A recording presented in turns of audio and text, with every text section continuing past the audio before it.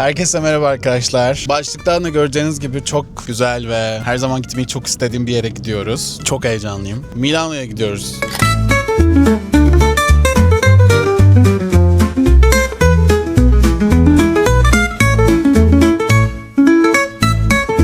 Çok garip geliyor çünkü küçüklüğümden beri işte Milano moda haftası, Milano İtalya ve böyle şeyleri duyup sanki buralara gitmek çok ütopikmiş gibi geliyorken şu an birkaç saat sonra oraya varacak olmak çok garip geliyor. Kimin arabasındasın diye düşünürseniz okuldan bir arkadaşımla gidiyorum. Onu hiç göstermeyeceğim çünkü hiç gözükmek istemiyor. Hiç sevmiyor kameraları. Sadece beni göreceksiniz yani vlogda yine. Bunu istediğinizi düşünüyorum. Arabayla Lörrach'tan 4,5 saat falan sürüyor. Dedik ki neden arabayla gitmeyelim? Yani o teklif etti. Ben de evet bana da çok mantıklı geldi. Dedik ki okey arabayla gidelim. Hem çok daha rahat olur. Hem belki İtalya'da da içinde gezmek istediğimiz bazı yerler olursa arabayla daha rahat ulaşabiliriz diye düşündük. Yaklaşık 2 saatimiz falan kaldı. 2 saat sonra varacağız. Diğer seyahatlerimin aksine bu sefer hiçbir gezi planı çıkarmadım. Bu sefer biraz akışta gitmeyi düşündük. Bakalım nasıl olacak. Airbnb'den bir yer tuttuk. Şimdi önce gidip evimize yerleşip sonrasında artık bir şeyler yeriz, şehri keşfederiz falan filan. Yollar o kadar güzel ki şu an İsviçre tarafındayız ve Alplere yakın olduğumuz için yani ve daha yükseğe çıktığımız için kar var. Şu an göremiyorsunuz ama göreceksiniz. Şurada da görebiliyorsunuz işte kar var. Güzel yollar var. Şuraların güzelliğine bakın.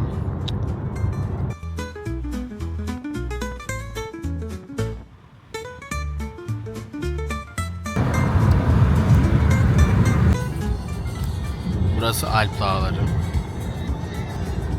Kerimcan'ın bir sesi vardı. Alp!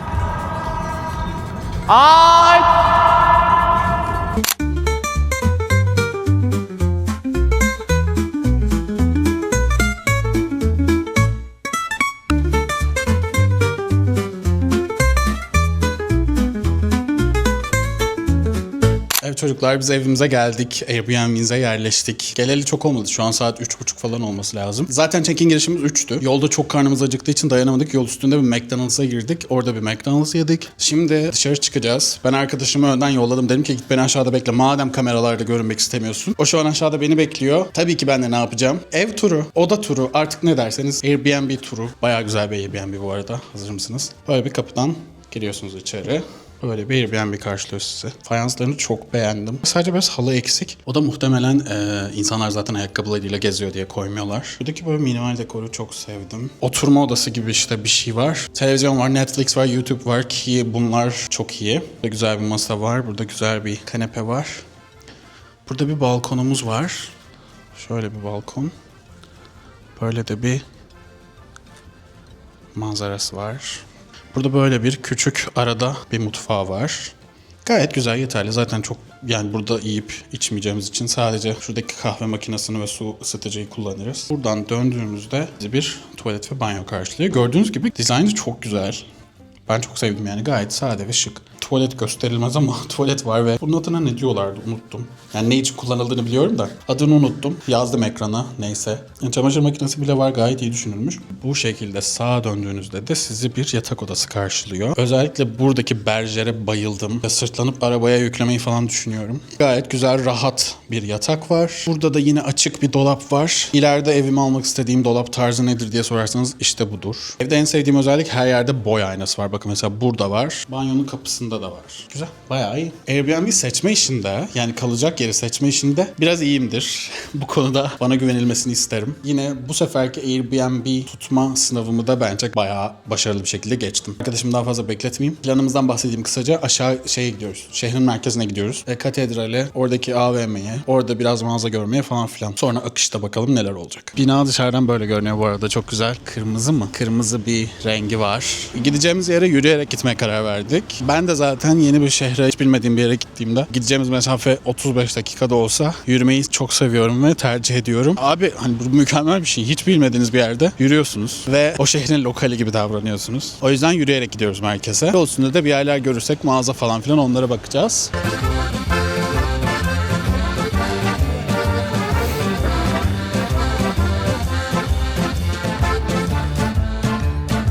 Merkeze giderken böyle bir parkın içinden geçiyoruz.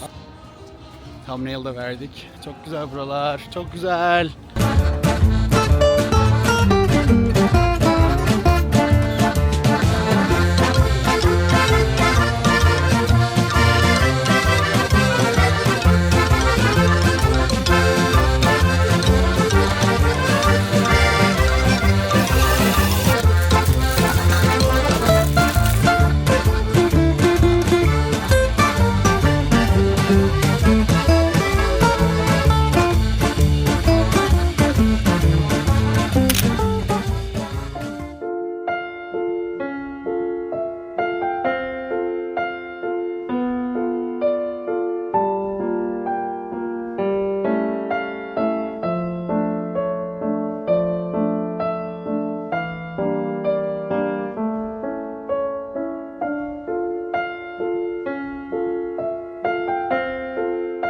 Sforza Kalesi'ndeyiz şu anda. Az önce yürüdüğümüz Sempione Parkı'nı bitirince zaten bu kale hemen yolun üstünde oluyor. İçinden geçiyorsunuz böyle. İnanılmaz güzel bir yer. Şu yüzden de çok önemliymiş. Yani Sforza ailesi burada yaşıyorken zamanında Leonardo da Vinci burada o ailenin hizmetinde çalışmış mühendis olarak. Burası İtalya tarihi için çok önemli bir kaleymiş. Michelangelo'nun son eseri Pieta Rondanini eseri burada sergileniyor. Bir dönem burası tamamen yıkılacakmış ama Milano halkı karşı çıkmış ve devlet yıkımı durdurmuş. Neden yıkacaklarını bilmiyorum. Bu kaleyle ilgili de şöyle bir bilgi var. Bu kalenin bazı kapıları zamanında ters monte edilmiş. Ama hangi kapı olduğunu kimse bilmiyor ve turistler de genelde fark etmiyormuş. Böyle de bir bilgi var. Ama inanılmaz güzel bir yer. Bayıldım. Ben zaten böyle kalelere falan bayılıyorum. Topkapı Sarayı'nı kimse geçemez de bu arada.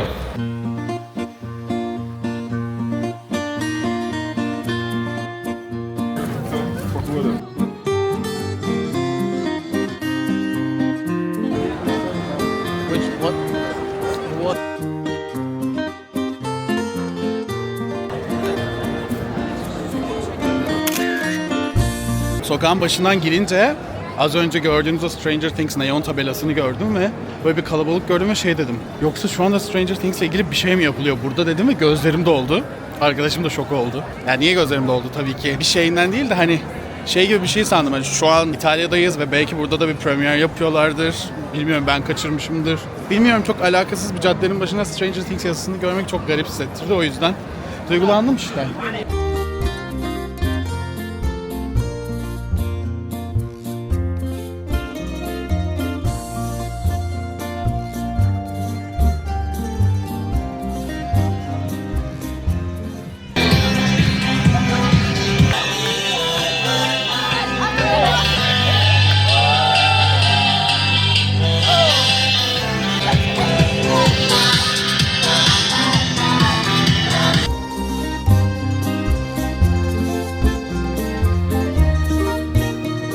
Merkezin olduğu yerlerde biraz turladık. Burası bayağı kalabalık bu arada. Zaten bugün cumartesi olduğu için de çok normal. İşte Duomo Katedrali'ni bir uzaktan gördük. Buradaki o ünlü alışveriş merkezini bir gördük ama içinden geçtik sadece. Çünkü dediğim gibi hem çok kalabalık hem biz biraz yorgunuz. Yarın gündüz gelmek istiyoruz buralara. Hem de işte bazı mağazaları gezmek istiyoruz. Mesela Flying Tiger'a girdik. İnanılmaz kalabalıktı. Arkadaşım bir şeyler alacaktı ama sırayı bekleyemedi yani.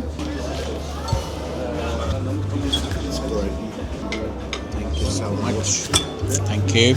Yemek yemek için bir yere oturduk. Ben margarita pizza yiyeceğim ve yanına da fırında patates söyledim. İtalya'nın pizzası nasıl oluyormuş görelim. Yemeklerimiz geldi ve böyle gözüküyorlar. Margarita ve fırında patates söyledim. Gayet iyi görünüyorlar ve çok hızlıydı. O da vejetaryen pizza söyledi ve böyle güzel bir salata söyledi. Bakalım tadları nasıl? Önce patatesle başlayacağım. Patates çok güzel görünüyor bu arada. Okay guys? Yes, this is the best thing. Sarımsakla marine etmişler belli ve çok güzel. Sadece çok az, biraz fazla tuzlu. Nasıl bir cümleyse çok az, biraz fazla tuzlu. Siz anladınız beni. Ama çok güzel. Asıl merak ettiğim şey tabii ki pizza. Onu da gözünüz önünde deneyeyim ve sonra yemeğime gömüleyim. Böyle görünüyor. Şimdi margarita yediğim için öyle wow inanılmaz iyi falan diyemeyeceğim. Çok iyi, çok güzel tabii ki. Bir kere çok taze. Altındaki hamuru belli elde yapılıyor zaten de. İşçiliği güzel yani hamurun. İşte sosu taze, üstündeki peyniri taze, gayet lezzetli bir yemek. Sadece biraz tuz istiyor. Şimdi ben yemeğimi yiyorum. Hadi görüşürüz.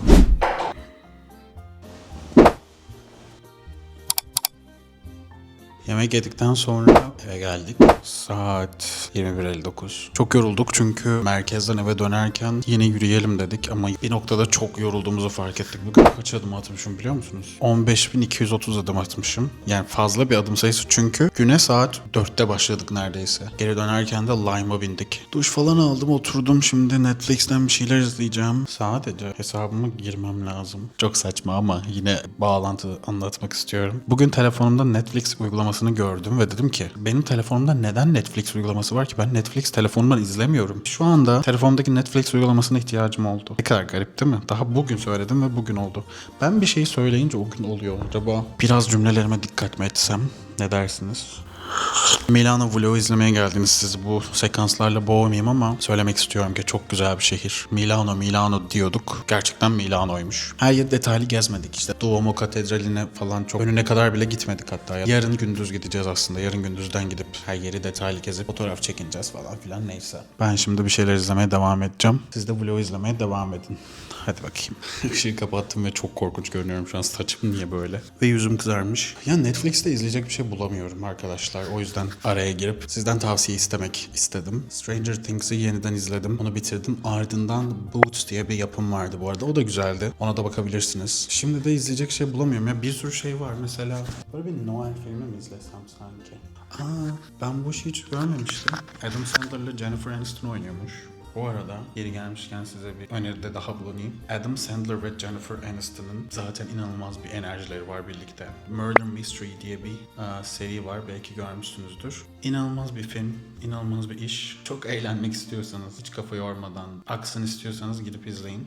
Şimdi ben de onların yeni bu filmi hiç görmemiştim. Çok güzel olduğuna emin olarak izleyeceğim yani çünkü Adam Sandler ve Jennifer Aniston varsa.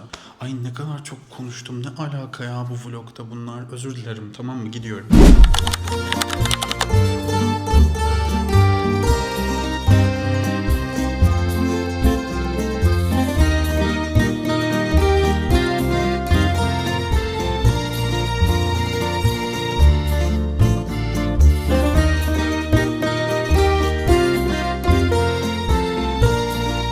Günaydın çocuklar. Merkeze gidiyoruz. Bugün arabayla gitmeye karar verdim. Üstümdeki şey de ne kadar garip görünüyor. Ya bu mont. Şimdi Türkiye'de benim bir sürü montum var, tamam mı? Valizime sığdıramadığım için dedim ki okey zaten Almanya'da ucuzdur ve Almanya'dan alırım. Almanya'da da baktım montlar hani o kadar ucuz değil. Ben dedim ki tamam Temu'dan alayım bir tane, beni kurtarsın. Zaten çok fazla kışa kalmayacağım. Benim yine oversharing vakti ama. Sonra bunu aldım. Bu da arkadaşım diyor ki yarış bayrağı gibi duruyorsun. Gerçekten öyle. Kombinlemesi de zor. Niye bunu seçtim hiçbir fikrim yok. Renkli kişiliğimi durduramadım. Asıl meselemize dönelim. Merkeze gidiyoruz. Duomo Katedrali'nin olduğu yer. Önce kahvaltı yapacağız. Sonra bugün artık sakin katedrali görüp sonra da Navigli diye bir yer var, oraya gideceğiz. Bugün pazar günü. Restoranlar falan açık mı bilmiyoruz hepsi. ChatGPT'ye sorduğumuzda çoğunun açık olduğunu söylüyor. Vloglardan gördüğüm ve önerilen birkaç yeri kontrol ettim. Onlar kapalı görünüyor. Cafe Cimmino diye bir yere geldik. Kahvaltı yapmak için bayağı kalabalık bir yer. Yani şu an yandaki masayla kıç oturuyoruz. O kadar kalabalık. Ben bir panino Napoli diye bir şey aldım ve bir de kremalı bir croissant aldım ve orange juice aldım. Geldi. Thank you. Bu panino Napoli dediğim şey geldi. Güzel görünüyor. Galiba içinde et var ve işte börek gibi. Börek denmez de. Sadece çok kalabalık ve öyle kalabalık yerlerde anksiyetem tutuyor. Thank you. Böyle görünüyorlar. Bu panino Napoli dediğim şey. Bu da o kremalı croissant. İçindeki şey biraz sert sadece ama çok iyi. Yağı falan da bayağı iyi. Kruvasan tadına bakacağım şimdi. Yani İtalya'da bir kruvasanın kötü olması zaten zor olurdu. Gerçekten çok lezzetli. Neyse yemeğimi yiyeyim, anksiyetem tuttu. Hadi bay bay. Oradan çıktık, şimdi Duomo'ya gidiyoruz. Bu arada Duomo gördünüz mü? Tepesi görünüyor. Hiç fiyatlardan bahsetmediğimi fark ettim. Fiyatlardan bahsedeyim. Ben o gördüğünüz iki şeyi yedim. Arkadaşım da bir tane kremalı kruvasan yedi. Cappuccino içti. Ve 2 tane portakal suyu içtik. Hepsi toplam 28 euro tuttu. Yani gayet iyi bence. Milano'da turistik bir yere göre gayet iyi. Ve 2 kişi yani. Bayağı da doyduk ve çok lezzetliydi. Milano'da yürürken her adım başında böyle şeyler görüyorsunuz. Mesela inanılmaz güzel yapılmış bir çeşme. Fışkiye. Karşınızda Duomo.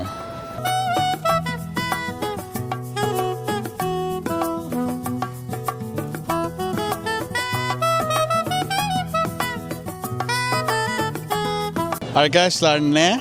Gerçek anlamda Duomo Katedrali'nin önündeyim. Burada olduğuma inanamamakla birlikte inanılmaz güzel bir katedral zaten. Bildiğim ve araştırdığım kadarıyla size biraz bahsedeyim. Dünyanın 4. en büyük katedrali burası. Yapımı 580 yıla yakın sürüyor. İnşallah hepinize gözlerinize görmek nasip olur. Duomo meydanının tam ortasında bulunuyor zaten. İsmini de meydandan alıyor. İçeride yüzlerce heykel sergileniyormuş. Binanın tepesinde buradan görünmüyor sanırım. Binanın tepesinde aynı zamanda sadece saf altından yapılmış bir heykel de var. Onu buraya koydum. Birkaç kere helikopterle o heykeli çalmaya çalışmışlar. Bu bana çok garip gelmişti. Yani Yani garip gelmedi tabii ki.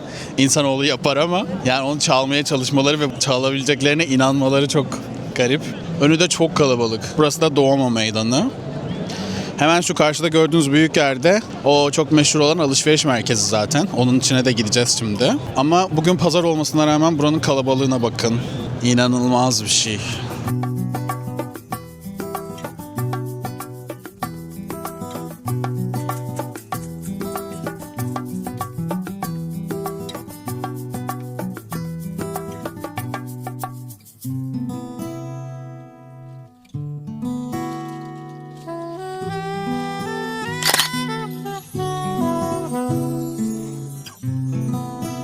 Duomo'nun hemen yanındaki bu alışveriş merkezi 1800'lerde yapılmış. Dev bir cam kubbesi var ve içinde Louis Vuitton, Prada gibi lüks mağazalar ve kafeler var.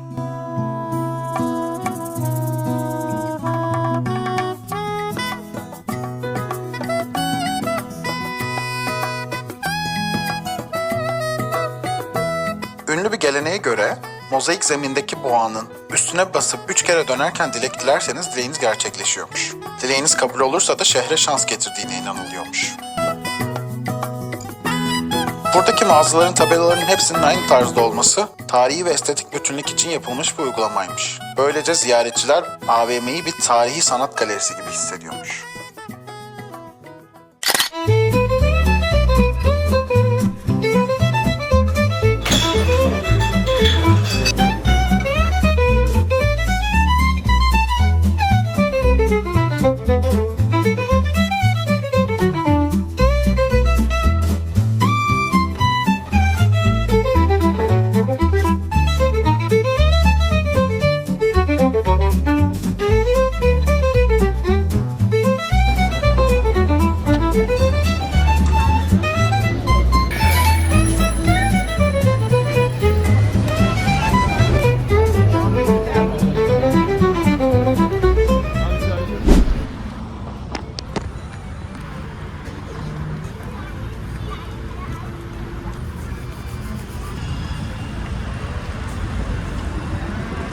Sesimi duyuyor musunuz bilmiyorum ama böyle çekmek çok garip. Bisikletin üstünde telefon koymalık bir yer bulunca böyle çekeyim dedim. Biz evde biraz dinlendik. Şu anda da Navigli diye bir bölge var. Kanal falan var orada, gayet güzel, oraya gidiyoruz. Ama bisikletle gitmeye karar verdik, arabayla gitmek yerine. Şimdi bayağı otoban gibi bir yerde bisiklet sürüyoruz. Biraz korkmuyor değilim. Hiç çaktırmamaya çalışıyorum ama. Bayağı iyi bu arada bisiklet konusunda derken arabaya çarpıyordu. Ah. Gerçekten arabaya çarpıyordu.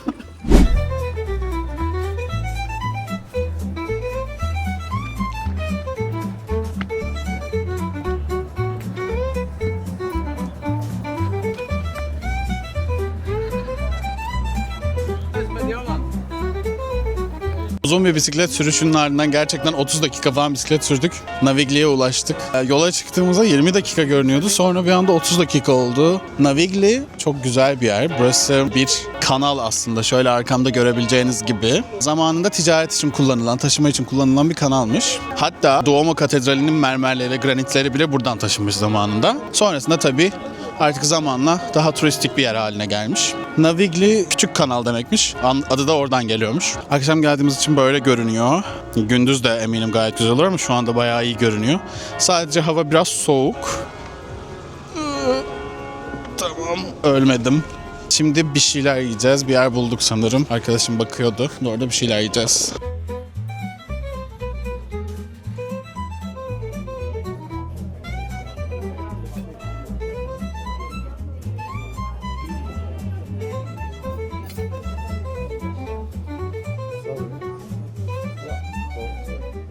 Biz dönüş yoluna geçtik.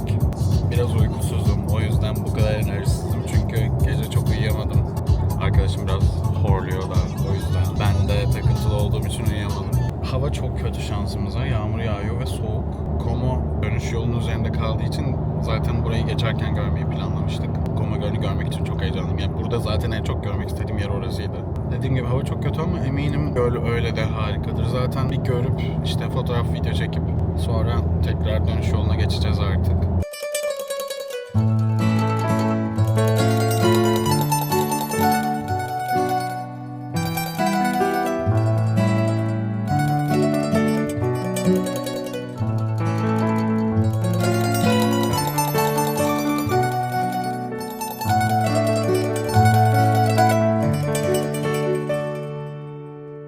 olduğu tarafa geldik. Arkadaşım arabayı park etti. Park için bilet alıyor. Ben de o sırada size göl göstereceğim. Şu an gördüğüm manzara bile inanılmaz.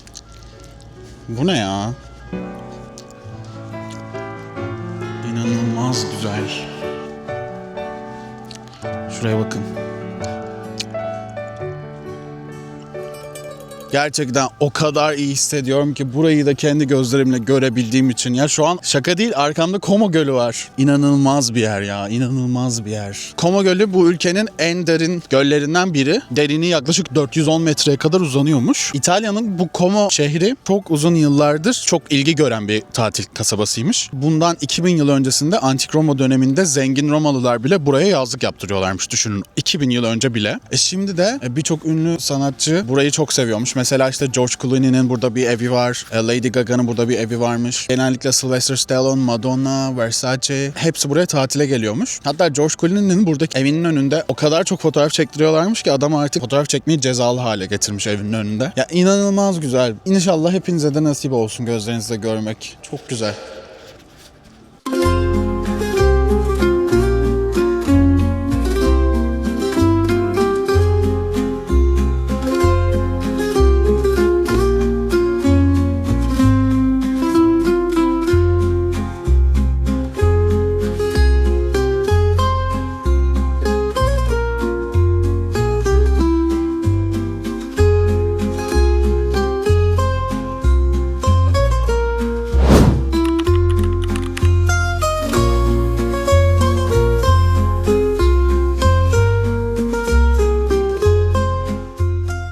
Şimdi eve geldim. Vlogu da burada kapatayım dedim. Buranın ışığı daha güzel diye. Her şeyle çok güzel bir seyahatti. Şu dünyada yemek yemekten daha çok sevdiğim bir şey varsa o da yeni yerler keşfedip oralarda yemek yemek.